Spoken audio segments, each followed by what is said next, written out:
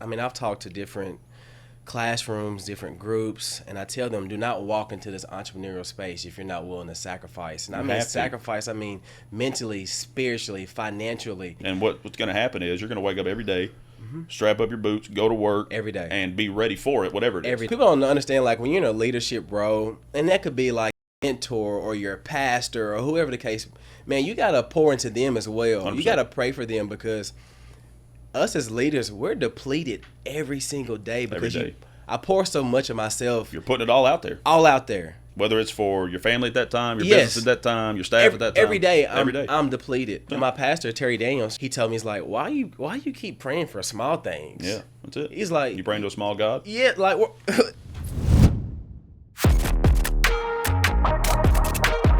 The Mark Bigg Show. Welcome back to the Mark Bigg Show. Thank you all for being here today. I'm super excited for our guest today. Yeah. A lot of you guys may not know who he is, but I'm excited for you guys to get to know him today, and you're going to want to get to know him after you hear this interview today. So I'm super excited to have my friend Chase Carpenter here with me. Appreciate it, man. Glad to have you here. About time you invited me. That's exactly right. This has been a long time coming. Chase has been a business associate of mine, but turned into a friend a long time ago. So this has been a long time coming. So Chase is a local entrepreneur here in Bowling Green. I won't go too far into his story because I'd love to hear it from his words. But Chase has a lot of good insight, and I think you guys are going to enjoy the conversation today. So, Chase, let's kick off with give us the 10,000-foot view of your life in a snippet. You know, where you come from, school, sports, all those things. Give us a little 411 here. For me, I feel like the foundation of Chase is obviously starts on 543 2nd Avenue, which is like, man, the foundation to everything for me. And that corner has birthed so much. And that corner was, my grandfather bought that plot of land 75 years ago, and he started Jimmy's Barbershop. And growing up, that barbershop ended up turning to JC's Barbershop, which my mother worked there, my father, and then my grandfather. So up until high school, I always got off the bus. 543 2nd Avenue. So did all three of them work there together? All together. That's so awesome. my mother and father worked beside each other in the barbershop for 25 years. Shout out Miss Jane and Junius, first of all. Yes, I don't know how they did it, but that's a good man and a good woman. Let me just say that. It is. So seeing that as a child, I guess I didn't really realize what it was cultivating until I got older, but man, that corner right there had just shifted my entire life, even when I didn't even recognize it. And more importantly, it's just growing up on that block and just seeing them do what they do and love what they love and their passion. But the biggest thing was like service. 100%. Like the relationships that I seen them create every single day. In the community and with each other, obviously working together, obviously. Yep. Yes. I mean, that's what the biggest thing was. And I'll share one thing.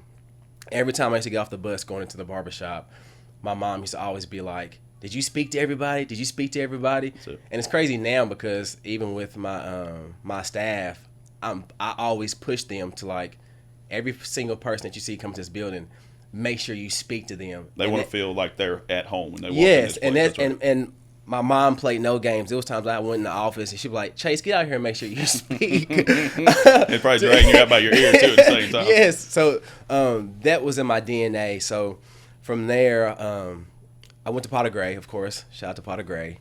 From there, I'll end up going to Moss for 7th and 8th grade. And half of my 8th grade year, I transferred over to Bowling Green Junior High. I don't know how I become friends with so many purples in my life, man. I work with 2 purples. Listen, I got purples as my friends here. What's going on? And I kept it a secret, so I didn't even tell anybody that I was switching over. So your boys was going to give you a hard time. They did. So when I walked in junior high, everybody was looking at me like, what are you doing here? So from there, I ended up going to Western, and then my major at Western was entrepreneurial management, which was... It was just in my DNA. Was that a design, like going into college? Did you know that was one of the things when you were looking at the majors, like this is going to be it? When I first went to college, my major was pre-pharmacy. Okay. So when I went there and I started balancing those equations. Yeah. Like, hang on just a minute. I was like, this ain't it. This may not be for me. Yeah. So let me just dial it back. You're capable of it, obviously. So of course. But at the same time, if you're not into that, if you're not into it, and if it doesn't come to you naturally, and you're not the type of person where you're going to go in the library bury day, yourself in it, I knew I wasn't going to do that. That's it. So Because you weren't passionate about it. Yeah, I wasn't passionate about it. So I was like, what do I know best? And what I know best is business, especially growing up in the barbershop, man. I've seen. Yeah, because your family owned that barbershop. Yes. They didn't just work there. They No, owned it. They no. owned the real estate. They owned the business. Absolutely. They were working, building the business day in and day out. your Day whole in, childhood. day out. I mean, they That's went it. from 543 Second Avenue, and then for a little bit, my father broke away from my grandfather and went to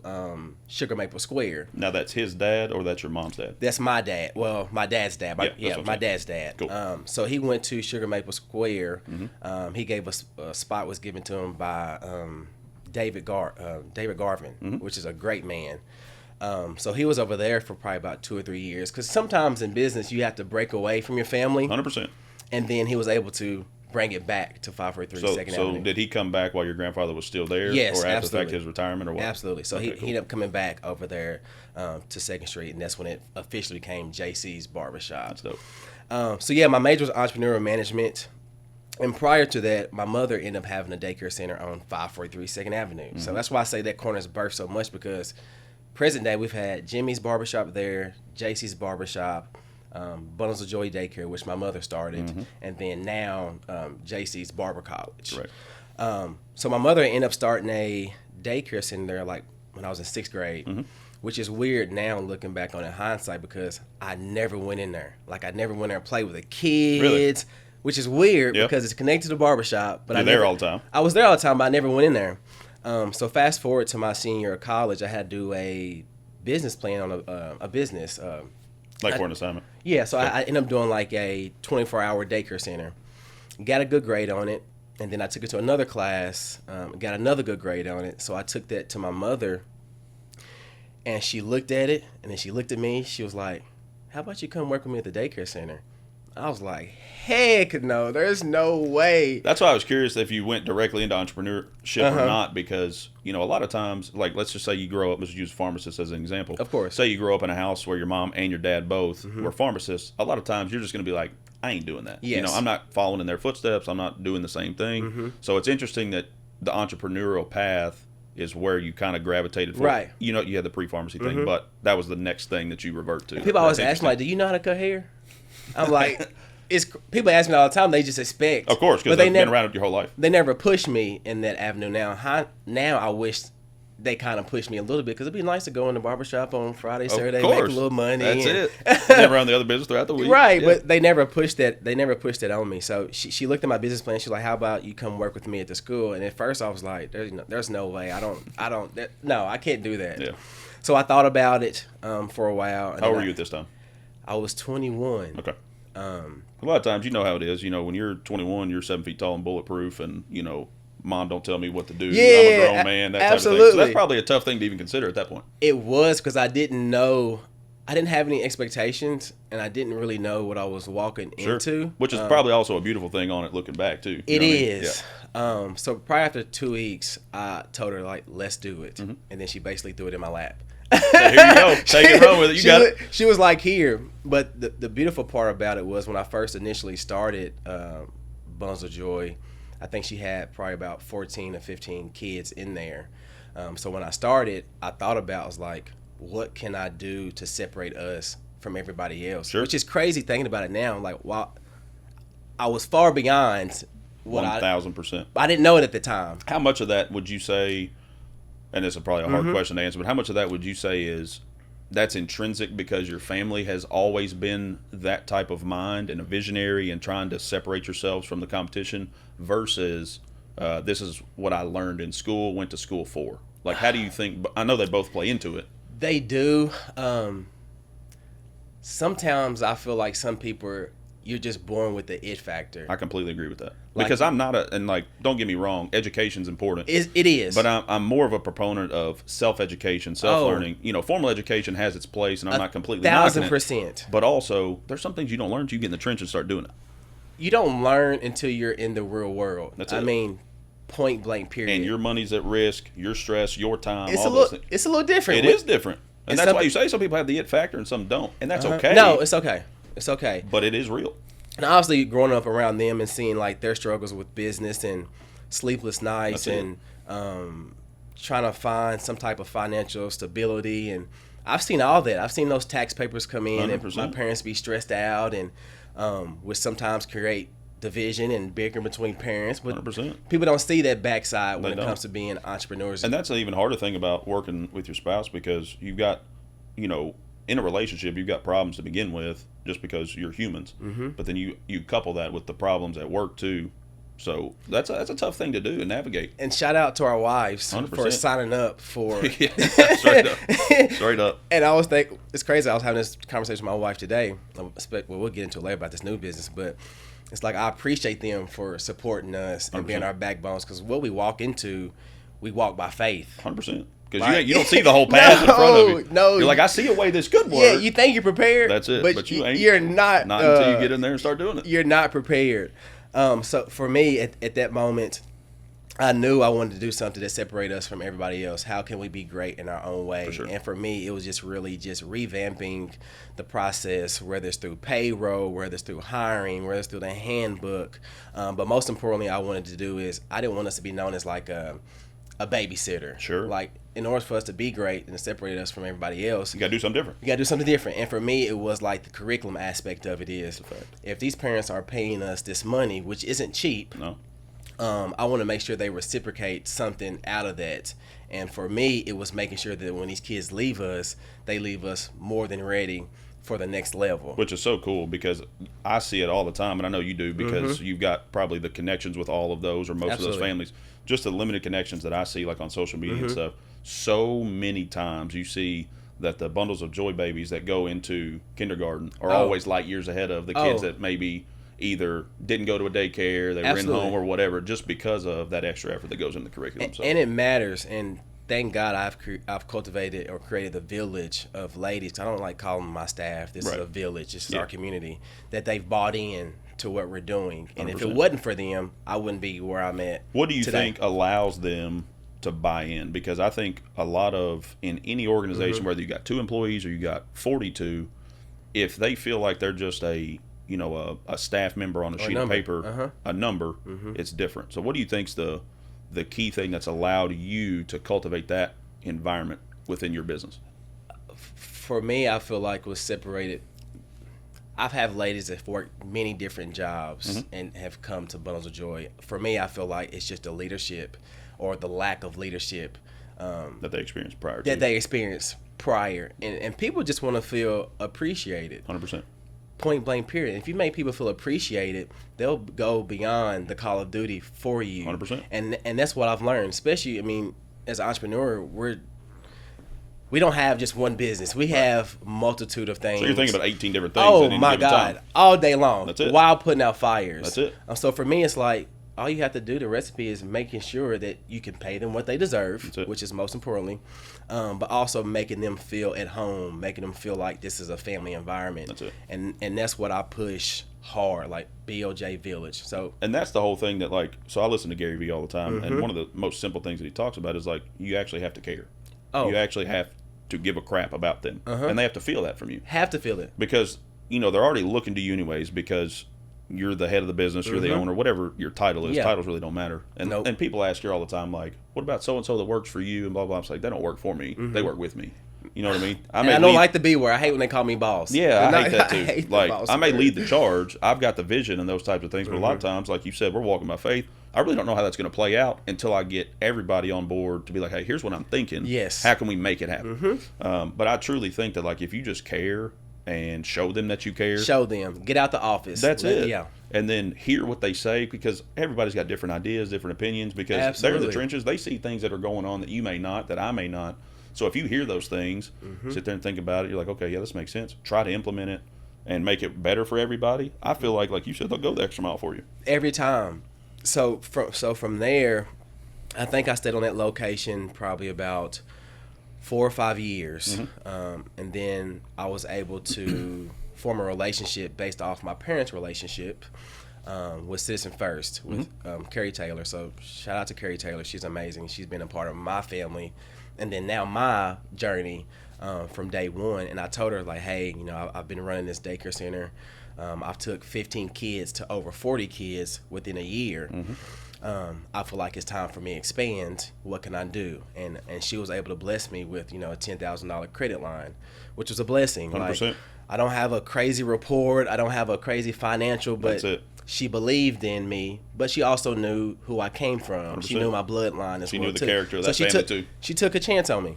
So I was able to open Bones of Joy preschool. So I had both of those locations going up until COVID. COVID came. Different ballgame. Shut the world down. It did. Which was tough for me because even through college, I've always had a full-time job. So I've never not Went somewhere, did something. Yeah. So my first 2 or 3 months mentally, Just a fog, I'm sure. I was like, what do I do with my life? Seriously. But after those 2 or 3 months, I was able to sit back, and it was a blessing in disguise. Of course. Because we get lost in the sauce of being entrepreneurs because we're doing this 24/7. Yep. Mine never shuts off. We don't know when to slow down. We There ain't don't no know how boundaries, we don't know how to go on vacation and Nope. not bring our laptop. That's a fact. Which I'm trying to finally start doing. Good luck. You let me know when you I'm- figure I'm, it out. I'm getting there. I'm doing better. I get yelled at by office manager over here for Right. checking my email while I'm gone. I'm Do like, not. come on, man. But that's the thing about having the right village, because those ladies, if I check in on group me when I'm on vacation, they'd be like, What are you doing? leave us alone. That's it. We got it. We got this. Trust So me, we got I it. appreciate that. So during COVID, I was able to slow down, and I did a lot of reflecting on my life, which I haven't done before because you just get caught up in the moment, Yeah. in the Ferris wheel. I was able to slow down and figure out this is the trajectory I want to go in life. How am I going to get there? How 100%. long is it going to take me to get there? And where I was at, I don't feel like I was going to meet that within my timeline. Sure. So during that time, and I did a lot of studying, reading books, Just learning about different things. everything, whether it was real estate or finances or the stock market. Sure. I did a lot of self reflection and reading, more importantly, but also spending time with family. Of course. That was the biggest thing, because you have kids, they grow like wildfire. That's it. And they gave me the opportunity to actually spend time with them. So coming out of COVID, I had told my staff, I'm like, hey, y'all, this may sound crazy, but I just need you. That's what Hear me comes out. with being a visionary. That's it. Hear me out. Just hear me out. I'm going to condense 2 locations to 1 location, because the last 12 years I've been working my business and not running it. it. Meaning I'm here from 6A to 6P every Every day. day.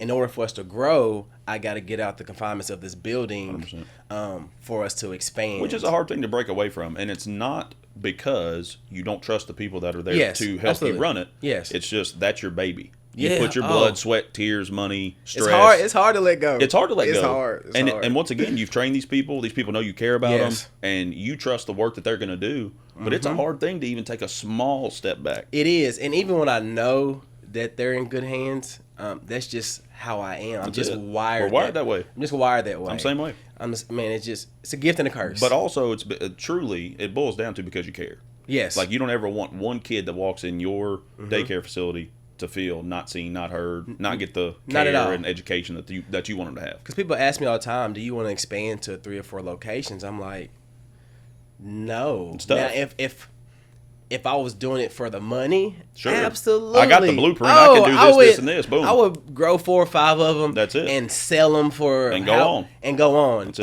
But it ain't about that. But it's not about that for me. I actually care about what I do. That's why I'm there. That's truly what it is, Every single building a day. brand. You know Oh. what I mean? And putting your character into the brand is. and the business you're building. Absolutely. So once I talked to my staff about condensing down to 1 location, once I got out of COVID, once the world opened back up, within that 2 years, I was able to buy properties. I was able to open up One Roof event space downtown the square. I was able to dabble into that. Yep. And network and form relationships. Everything. I've never done so many lunch dates That's and it. breakfast dates in my whole entire life. But it's important. It Because is. like-minded people just want other like-minded people to bounce ideas off Yes. of. This may work with you, but They it just may wanna not. be a part. Next time it may work with him. Exactly. We've got a network, that's the best Exactly. part. So that coming out of COVID, that's how I was able to do it. And then obviously, last February, I just took over a 10,000 square foot building. So we scaled it up to not just 40 kids, but 100 kids, which has been That's been a beautiful thing. it's been a beautiful thing. Absolutely. But I'm sure there was all kinds of stress, Woo. sleepless nights and stuff that came with that too. It is, because the blessing and curse of wanting to be great is that you don't know what a ceiling is. Nope.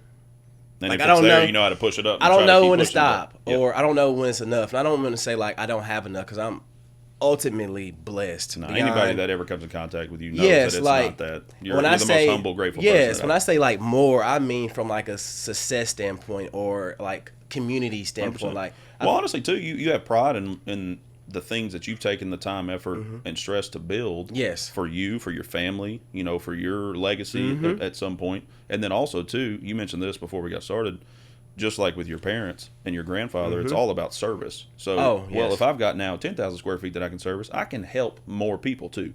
So I know that's at the forefront of your thought process, too. Because prior to taking on this new endeavor, when I had that one center, I had 40 kids, 7 staff. I could leave and go as I want to. Like, my bank account was good. Right. But I feel like for me, and I'm a faith-based leader, so I tell all my staff that, like, God is my rock and foundation. And I don't just say that. Like, I'll walk the walk and 100%. talk the talk every single day.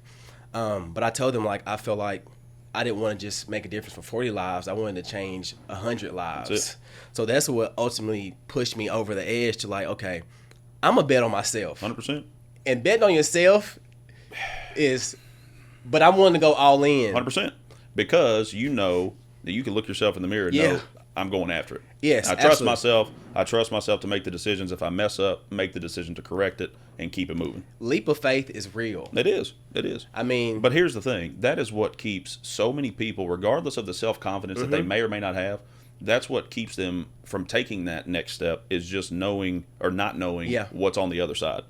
Because you know in your mind, if you're a planner, and obviously even as a entrepreneur, you got to be some type of planner. I'm not super organized, but I know I got some I'm steps more of a visionary in my head. than a planner. Same. I'm not super organized with it, but I know the steps in my head, right? Yeah. So I'm knowing that if I take this step, this, or this may be on the other side of it. I always think of that. You know what I'm saying? Always, yes. But that's what keeps people there. And so do you think it's and obviously my thought process would be it's a combination of these things, but your history with your family, at that point in time, you had already ran the business for how many years now? Before I moved to this new location, 12 going on 13. So you've seen that long in business, because most businesses fizzle out. You can read it everywhere in under 5 years, right?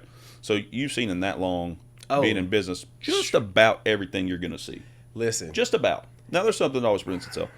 So that coupled with the experience of your family and having that intrinsic history, I assume that's what, like, I can do this. Let's roll. I can do this. But for me, I feel like, and I hate to keep saying because it may sound redundant, but like my faith makes me not be scared or weary. Right. I feel like what's for me is for me. 100%. So I knew when I took this leap of faith, I knew that everything is going to be okay. 1,000. And I know if I go into it with the right mind, body, and soul into it, I'm going to reciprocate everything that I may have pushed out. And you're going to figure it out. And I'm going to figure it out. And also, too, to that point, is that if it wasn't for you or to be part of your story, then that idea wouldn't have got put in your mind to begin with. You know what I mean? And that's going back to being a faith-based leader, is that you tap into those things and you think, well, this has been on my mind for an extended period of time for some reason. I just didn't just dream this stuff out of the blue. Course. Like, this got placed in my mind somehow, some way. And now as I've continued to think about it and plan for it, it's real. No, absolutely real.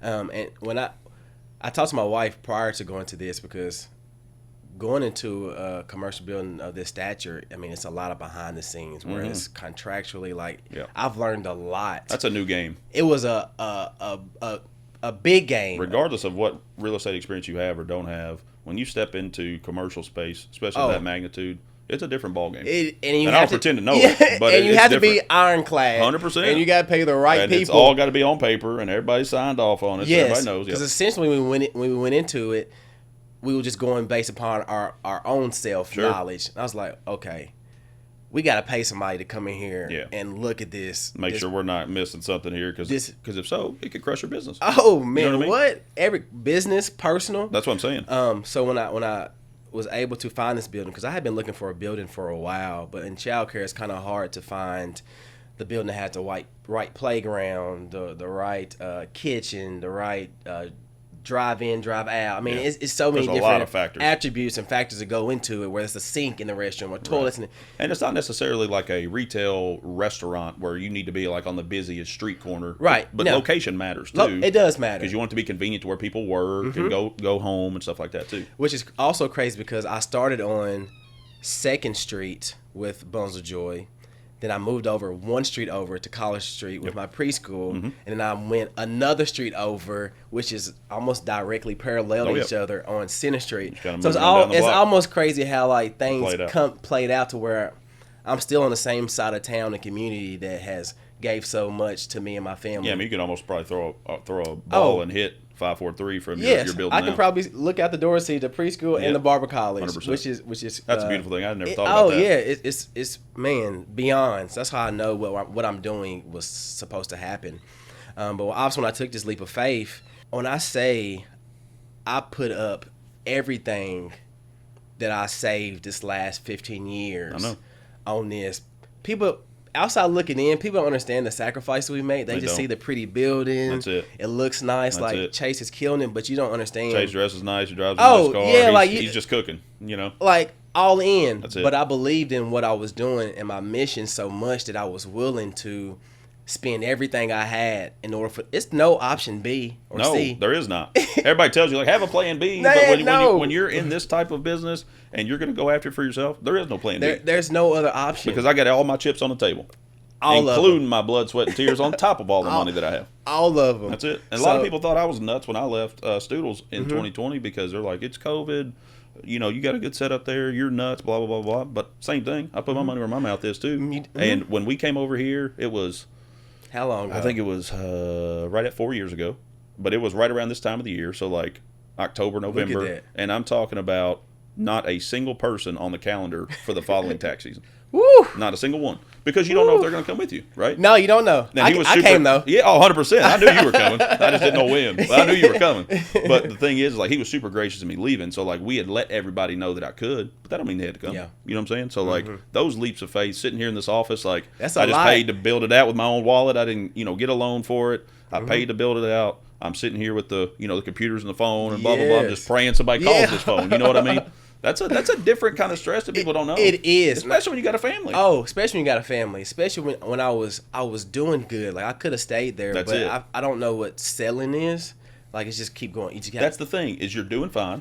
I was doing good. Things I could have lasted. You're in a good spot. Yeah. That's the same thing. Like I was in a good spot. I had a good place to work. People that respected me. I felt could have stayed there. Could have stayed there and been fine. To this day would have been fine. But it's just there's something intrinsic that just wants to keep pushing you and. Always. And my thought process for you, because I think I'm here now personally, is like I'm 4 or 5 years into this venture. My mind starts turning again. What am I going to do next? Do I need to expand? Do I need to do this? And that's why the building came along on Lover's Lane. It didn't work out. That sucks. But we're going to expand here. So like my mind's like in the same process of that now. So I'm interested to see for you what's next, because at some point you're going to hit that ceiling again. I don't know. You know what I mean? You're going to hit it again, and then there'll be something that comes to you. It will. And that's the beautiful thing about it. And people ask me all the time. They be like, "What's your 5-year plan? What do you see yourself doing in 5 years?" I don't know. I don't either. I don't ever have a good answer. And for that. I should. You feel like you sound like stupid or something because you don't have a formulated answer. I'm the same way. I don't know. What's your vision? I don't know. I don't know what doors God will open me up for a year from now, 2 years from now, 3 years from now. But what's for me is for me. And what's going to happen is you're going to wake up every day, strap up your boots, go to work every day, and be ready for it, whatever it is. Every day. That's the thing. And that's what I think separates even the entrepreneurs that are willing to take that leap of faith. Once you get out there, the ones that keep going and keep innovating and keep doing are the ones that just wake up every day. They're consistent. They keep looking for the next opportunity. They keep serving people. They keep doing what got them there. Because a lot of people get to a little bit of success, whatever that looks like for you, and they forget what got them there. So, like, in my business, just like yours, it's all about service. Absolutely. Right? If somebody comes in here and they don't feel like they're being serviced properly and they're heard and they have a relationship with me and my staff, they'll find somewhere else to go. Yeah. Just like anywhere. So, like, if I feel like, oh, well, we got X amount of clients, we're doing good, and I start to get away from that, you're going to watch that stuff slowly start to walk out the door. It will. 100%. I mean, you're always raising the bar. And I tell people that, I've talked to different classrooms, different groups, and I tell them, do not walk into this entrepreneurial space if you're not willing to sacrifice. And I mean sacrifice, mentally, spiritually, financially. Time. Man, I remember one time when I was opening up the preschool, I was so locked into that school. That's all I ate, drank, slept. That's all you think about. It got to the point where my body just shut down and I crashed and they had to take me to the emergency room. But when your tunnel vision ends, you don't know what to stop sometimes. You really don't. And like it could be your relationship's gonna be sacrificed. Something is gonna be sacrificed on this journey. And that's why it's important to be in the right familial space with, your family members, your spouse, your kids, and all that, because it does require sacrifice. You're gonna miss things, and it's not because you don't care to miss those things, but it's like, look, I see this vision. I see what it can do for me and my family, including you, long term. So this is just a necessary evil. Yeah. And it's still tough at times. Don't get me wrong. Of course it is. Because at the high level, of course they understand that. Yeah. But, it's still tough at times to miss those ball games or to miss those dinners or whatever it is. But that's what comes with it. But you got to be okay with it. And my spouse does as well. She understands. I mean, works in a type of space where she sacrifices all the time. So we know what sacrifice is. But as far as the school, when I open it up in February, I promise you, probably the first 3 months, I probably only slept 5 hours a night. Guaranteed. If that. I will wake up 2 or 3 o'clock in the morning with my mind doing this. Because you think of something. Oh, it was... I forgot to do this, or I can fix that, or this just came to my mind. It was bad. It is. I would just be up and couldn't go to sleep the first 2 or 3 months. Guaranteed. I think the first day we were open, I don't know why I did this, but I should have had it in phases as I brought the kids in. Sure. I brought in 80 kids on one day. Oh my gosh. Was that just a madhouse? Or what? Your staff probably would have killed you. Oh my, but thank God they have an amazing leader. Because to keep people above the line, people don't understand, like when you're in a leadership role, and that could be like your mentor or your pastor or whoever the case, man, you got to pour into them as well. 100%. You got to pray for them, because us as leaders, we're depleted every single day because I pour so much of myself. You're putting it all out there. All out there. Whether it's for your family at that time, your business at that time, your staff at that time. Every day I'm depleted. Because you have to. Because you want to do that. You have to be. I mean, that just what comes with it. That's a beautiful statement. I'm sorry to interrupt. No. That's just such a thing that I think is so important for people to understand if they have those types of ambitions, is to understand that you have to be willing to give of yourself to the people around you. And at times, you're going to slack on giving it to your family because you're giving it to your business and the people that work with you. Yes. At times, you're going to screw up with the people that work with you because you got to focus that effort at home because you've been slipping there. Yep. So, like, you as the guy that's in charge or the woman that's in charge, if you're doing it the right way, you're probably going to feel depleted almost every day. It ain't no probably. I think about it, and I'm sure you do this too. I'll drive down the road sometimes, and sometimes it's just in utter silence. Yeah. There ain't nothing but my tires on the road. But I sit there, and I'll just go, and I just been holding this tension for 8 hours, and I hadn't let it out one time. Yeah. And I'm just like, whoa, like, you always find yourself there, and so it's not to scare people away from that, because it's a beautiful thing to go after what you want, but you got to understand some of those things that come with it. Oh, I mean, there's been plenty of times I'm in my car, or obviously that's why I go to the gym every day, because I have to go. My wife knows. I'm like, she's like, where are you going? I'm like, I gotta go. I saw your post this morning. I almost said we're gonna be locked in today. Because I was on the Stairmaster when I saw it. Because I was outside the gym. I was like, I do not feel like going in. No, because it was cold. It's warm in the car. I thought the same thing when I pulled up. I gotta go. Let's get it. I gotta go. But as far as like pouring yourself, I mean, you pour so much of yourself every single day. But I have those moments of vulnerability to where I just have days to where I might just be in my office and I gotta get a cry out. Have to. Like, I'll be in the car going to the gym. I might cry going to the gym. 100%. Or even my wife, I may cry in front of her, and I'd be like, she's like, you okay? I'm okay. I'm okay now. I just got to get it out. I needed it out. Yeah, I'm okay. I'm not sad. Just let me just get this out so I can hit the floor running. And sometimes mine, it will come out that way, but sometimes it's come out. I'm just a crybaby. I'm not necessarily a crybaby, but I'll cry if it warrants it. Like, I'm not somebody that ain't never going to cry. Yeah. I'm not that guy. But it comes out that way sometimes. But for me, sometimes it comes out as anger. And so I have to be really careful with how it comes out, because if I'm at the gym and I'm angry, I'm cool with that. Yeah. I can go get under the squat rack and kill myself under the squat rack and I'm good. But if I'm driving down the car, I swear to you, this sounds nuts. I'll just yell sometimes. I don't even know what I'm yelling. But what's for you? I just gotta get it out. Get it out. You know what I'm saying? It's just like sometimes it'll just sit right here, and I'm not somebody that spews to the people around me. Of course. Like, if you catch me on a bad day, I'm not ever gonna have to call you back and apologize. I'm not that kind of person. Yeah. But sometimes it just sits there, and I just gotta let it out. And I think that first 2 or 3 months, I was bringing work home. Yeah. And I've learned prior to taking on this new adventure, because you think you're ready for something, but I thought I was. And ready. you're as prepared as you can be. You're prepared as you can be. Right. but I was bringing it home, and I try to practice not bringing things home. Sure. Because I taught Miss Karen, which is my director. She's been with me 13 years. Like our switch, and she'll understand. Like 5:30, we may talk on the phone, touch base on something. I'd be like, cut your switch off. Yep. Because you have to. You got to disconnect. Focus on home. Because it's hard for us to go home and not. It is. But I'm learning to like go home and only focus on family. But I couldn't. But sometimes that's how the devil keeps you. The devil can't get to you. Sometimes he gets you by keeping you busy. Well, I saw a post today that made a lot of sense, and it was like he's never going to show up as the devil, because then you wouldn't accept him. You wouldn't accept him. You know what I mean? Yeah. So, But he showed up by keeping me busy. That's it. But I was bringing it home, and that's first 2 or 3 months.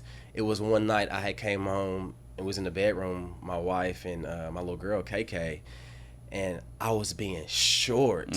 Like, and I could just feel myself being but at short. the same time, in that moment, you may not be able to change it, but you're like, Yeah, I needed that moment. Yeah. I had to excuse myself and go into the guest bedroom, and I just went in there and had to start crying, just getting it out, because I don't want to become that person to where I'm being mean to her, 100%. I'm being mean to my little girl. And she was 5, so she came to the back room and she just gave me a hug. and that's all you needed from that little girl. Let me tell you God. The most purest love is from a child, 100%. especially a little girl. Oh, Now, man. you I can love say what you them say about boys. I love both sides of them. I But love all my kids. I die them for all girls of them. It's are just something different. It's something different. And I just had to sit down with her and just tell her, like, Daddy's going through a lot right now. This is what's going on. And But you know what's beautiful about that, too? Just her feeling that from you when she's 15, 25, whatever, she's going to remember those types of things. She will. And, like, Dad just didn't hold it together in front of me. He even talked to me when he was upset. Yes. Or he messed up. And I he told have me to. he messed up. Communication is huge, especially what we're doing. Like, Well, so many of us, you just want to, like, especially for your kids, you want to feel like you got it all together. Everything's fine, no problems. Yeah. But if you're vulnerable with them when they get to that age and they're, you know, they can reciprocate. it molds and feel them. Like, stuff that I seen as a child that planted seeds in me that I didn't understand until I got 100%. older. And I'm like, oh, I remember why Dad made me go do this or 100%. go dig them trees in front of the It barbershop. makes sense. Yeah, it makes sense now. And she just gave me a hug, and I lay on the bed, and she went and got her tablet and cuddled up next to me. And That's all you needed. I I see needed your that face. moment. That's so cool. Yeah, I was like, man, you got me. But I had to have that breakdown to pick up the pieces. 100%. So now, like current day, I'm like month 9 in this new business.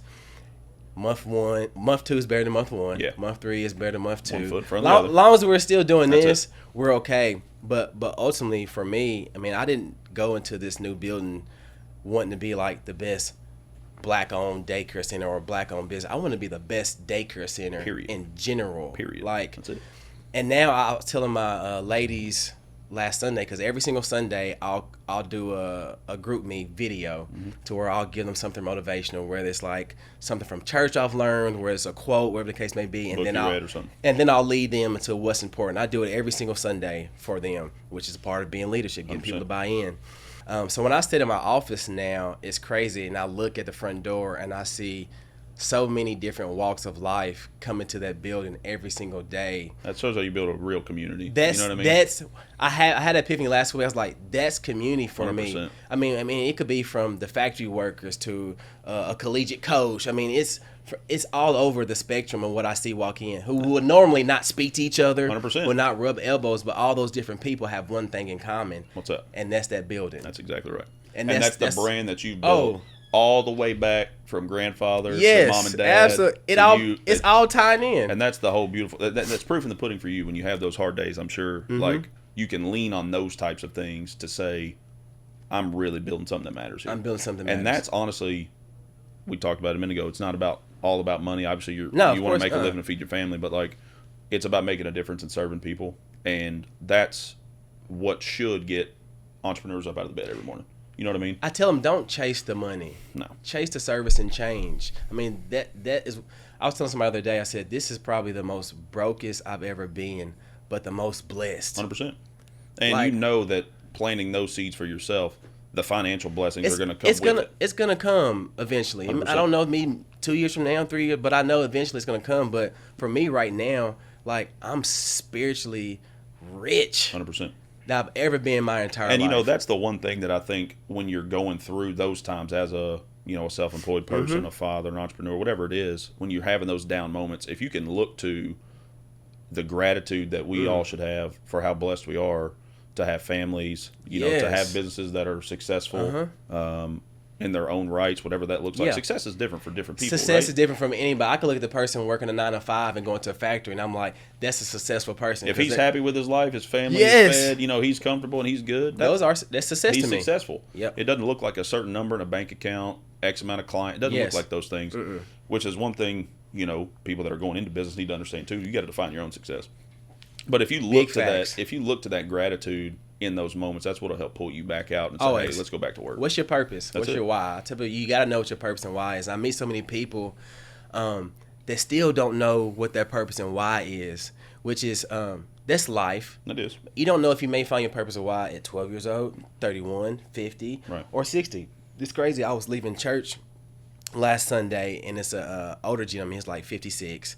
And probably about 2 or 3 months ago, I was going to his house to pick up KK because my little girl was having a play date with his wife. So when I pull up, he's in the backyard stripping a car down and painting himself. Okay.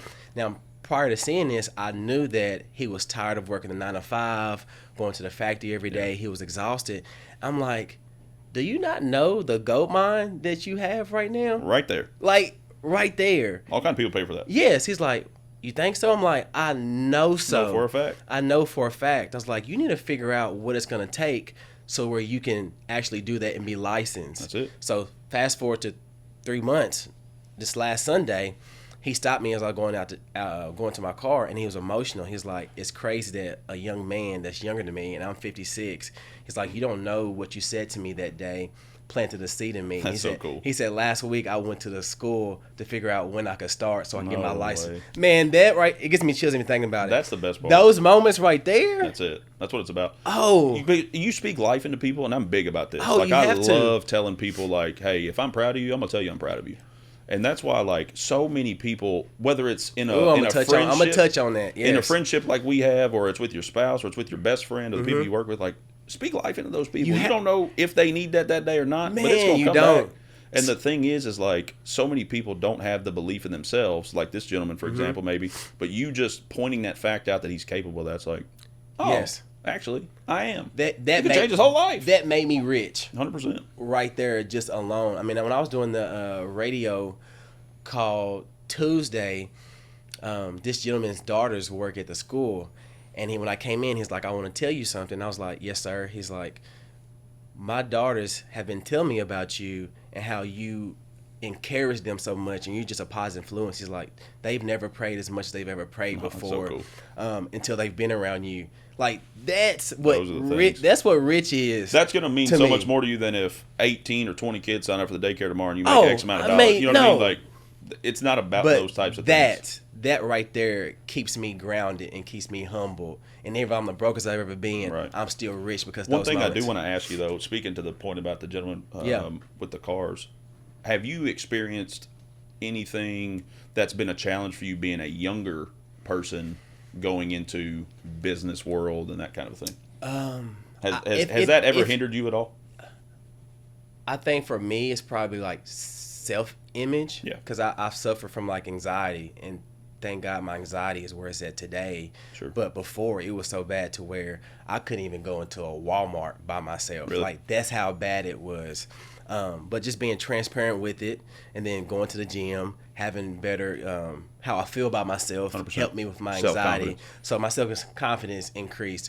But for me at the beginning, I feel like it was myself more than like outside. Because like we talked about before, I feel like any room I step into, I feel like I bring value to 100%. it. But you can contribute to that. I contribute to that, but it took work to get there as well too. I think part of it too, like, because in my business, I'm in an older person's business. Yes. And so That's for me, it was a struggle. I just didn't know if you had a struggle at all or not. But like you said, once you build a bit of a resume, you get a little bit more of that business self-confidence. Well, I'll say this, Biggs. It wasn't really that. For me, it really was the hump of walking into a daycare center and seeing a young black male Guaranteed. being the person that runs That's a in daycare charge. center. That's the man. I guarantee it. That initially was like, and not just You're the owner? and not just meaning it was just a minority thing. Sure. I mean everybody Sure. that walked into, like, first like, oh, okay, this is not the norm. Right. So I had to break the norm of that. 100%. Day one. Day one. It's like me, baby. day I'm one. here. Now I like to say I've broken the norm because I want to accept everybody. That's what Village is to me. So now I 100%. look at it, I'm almost a minority in my own building. Cool. But I did that purposefully to where I want to see all kids of different walks of life walk into this building. And now I can see that 14 years of what I've been doing back to back to back to back to back has paid off to now where 100%. When they walk into the building, that's not even a factor no more. They don't even think about it. They don't think about it. As they shouldn't. As they shouldn't. But that was probably the biggest thing I used to have to overcome initially was being a minority male running that type of business. That makes sense. So that was probably my biggest hump. The beautiful thing is, though, is that as you go and continue to show up every day and yes, do the right every things, day. It slowly but surely breaks that down back. Yes. Right? Like you said, so does. it's not even a question. No, it's not even a question anymore. It's not even a question anymore. How do you think being a business owner and getting to this point has changed you as a person the most? Because like you said, it can consume you. It can. I think it's one of those things where it comes back to it strengthens you. 100%. Like it's strengthened my faith of not knowing what's gonna happen or having those trash days, but then waking up in the morning, it's like this is a new day. 100%. And not being fearful of what's next. Right. It's a new day to start over. So for me, I mean, that's what it really is. I mean, how about for yourself? What do you mean? To be honest with you, you have to be okay doing things that not everyone is going to understand. Number one. And also not necessarily get on board with. Yeah. Because like you said, being a visionary, you think a lot differently than just the average person, which is not good or bad. It's just different, right? And so a lot of times you got to be okay with having this idea that somebody may think is nuts. Yeah. And they should, though. When you tell correct. people your dreams, I tell people all the time, like, your dreams should be high. 100%. And my pastor, Terry Daniels, shout out to Terry Daniels, which is amazing, man. He told me, he's like, why you keep praying for small things? Yeah, that's it. He's like, you praying to a small God? Yeah, like, You know preach. You know what I'm saying? Like, you need to pray for the bigger. You need to go high as 100%. you can. And going back to what we said earlier, like if those things are put in your mind, they're put in your mind for a reason. Whether it's just to be a season or whether it's to be your true purpose, like it's there for a reason. Yeah. So let me go test that out. But just being okay with people not, understanding your thought process. You really can't. You have to, from a business standpoint, care about what people think of you from a business standpoint, but as far as like the decisions you make, the things you do, you got to be okay with people, maybe having negative opinions or whatever the case may be. And that comes with it, though. It does. But that molds us. 100%. I mean, there may be a person that may have had a bad experience at BOJ, or the case may be. Sure. From their perspective, 100%. which I respect. Sure. But you have to have those moments to grow Sure. and to strengthen and tighten up your business. But the thing is, you got to understand that doesn't change who Chase is. Oh, you know what I'm saying? absolutely not. That's the differentiator as to what I'm talking about. Is like if those things happen, somebody has a negative connotation, negative opinion, and they may be right. They may have had a bad experience at our office or whatever. Yeah. I know that doesn't change me, my heart, the way that I care for people, the way that I serve the customers people. are supposed to come to Biggs are the customers that is for Biggs. That's it.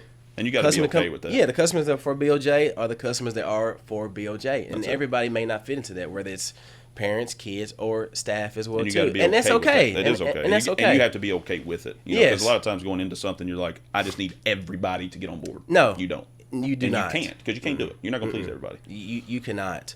So now for me, I just feel like this next transition I'm going to is just really just being of service. Yep. I mean, I've never spoke to so many rooms in my life, and tell you I suffer from anxiety. So walking into that space is hard for me, but I knew that my message and testimony needed to be spreaded. So I knew, I was like, I tell people all the time, in order to grow, you got to get uncomfortable. 100%. I don't know what comfortable is, but I either. knew that I needed to share my message with others. So I had to get uncomfortable. But it's just like anything else. Once you get in those uncomfortable spaces a time or two, you know how to like channel that feeling. Yes. And push through it. And when you walk out, you're so glad you did Oh it. my goodness, you feel so glad. Because whether you bless one person or 31 people, you just know that hopefully you shared something positive. You know. So for me now, it's just not. I'm not chasing money. I just want to chase impacting lives to whatever capacity that looks like. So well, I want to say, mission. publicly on camera that I'm proud of you and the business you built. I appreciate and you, man. And the man you are, and the character You've been around for a long. You've seen my journey. You've seen my journey firsthand, and that's why I respect you so much. I respect your family. Likewise. And I'm proud of you, and I'm proud of your family too. So, Thank you, any final thoughts you want to share with the people before we go? Man, continue to watch what we're creating at BOJ, and what I'm trying to do in the community. 100%. I want to be a resource to whatever capacity that may be. I'm not hard to find. Not at all. Easy to talk to. Easy to talk to as well too. Yep. So for me, I mean, allow me to be a part of your village, your resource. If you can use me, I'm here. I'm just a vessel to be used. So love it. Well, thank you for being here today. It's been a great combo. Hopefully, you guys have learned something today. Hopefully, you saw the man and the character that Chase Carpenter is and the family that he comes from. So, once again, thank you guys for tuning in today. Hope you got something from it. We'll see you next time. Appreciate it.